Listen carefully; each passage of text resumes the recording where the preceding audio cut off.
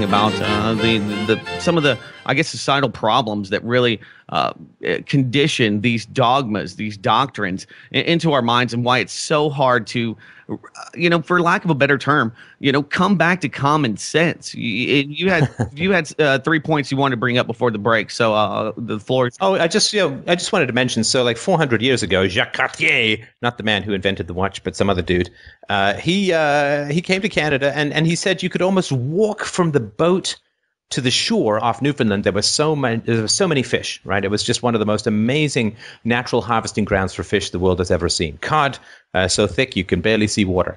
And this worked for about 400 years until the government got heavily involved in managing quotas. So what happened was the government wanted to buy votes from the fishermen, and so the government offered to raise their quotas.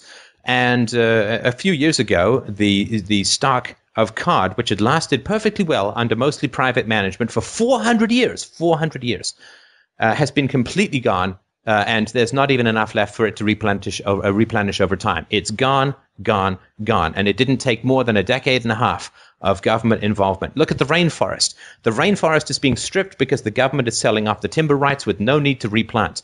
The government doesn't sell lands around the world to timber companies. It sells just the right to harvest timber. Well, how ridiculous is that? Because if you have a private market in land for timber companies, then the timber companies who are able to make the greatest use of the resource will be able to bid the most for that.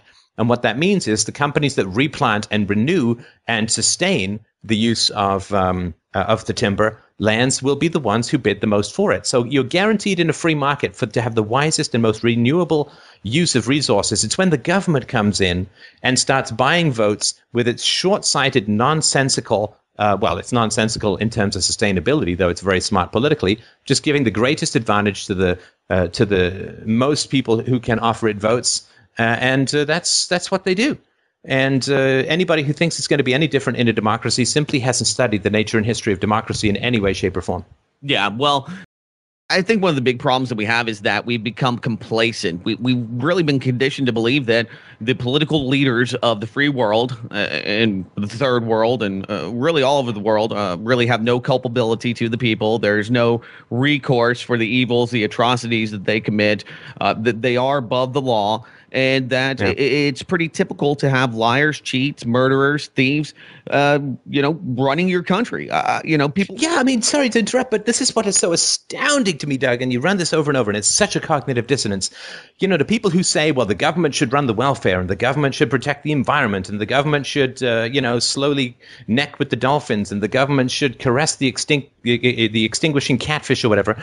The reality is, it's like, you get that this is the same institution that starts wars, right? You get that this is the same institution that has run up trillions of dollars in debt that it can't possibly pay off and shafted the next generation. This is the same institution that sanctions the use of torture. This is the same institution, particularly in America, that has millions of nonviolent offenders, quote, offenders, for imaginary crimes like drug use, in jail, incarcerated, screwed for life. It's the same dudes you're going to. There's not like evil dudes on one side of the government and good dudes on the other, and you just have to get the good dudes to beat up on the evil dudes and take it over.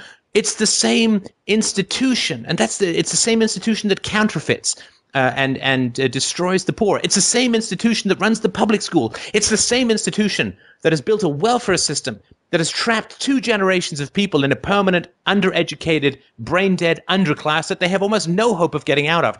These are the people you want to save the planet? I mean, it's crazy. Stefan, everybody gets a trophy. Nobody's a loser in this society now. It's kinder and gentler. And I think that really does transcend to politics, quite frankly. People are, well, he's trying his best. He might have messed up and, illegally invaded 2 countries and, killed 1 million Iraqis. But, it's just George. He's just an idiot. It's just basic propaganda that really keeps us amused. You wouldn't even let these people babysit your children. Right. Would you let a guy who strangled a homeless guy come and babysit your kids?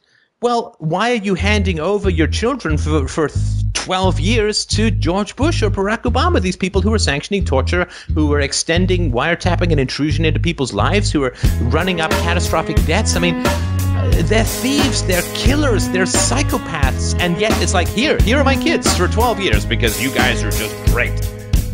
so much pain, we don't know how to be but angry, feel infected like we got gangrene. Please don't let anybody try to change me.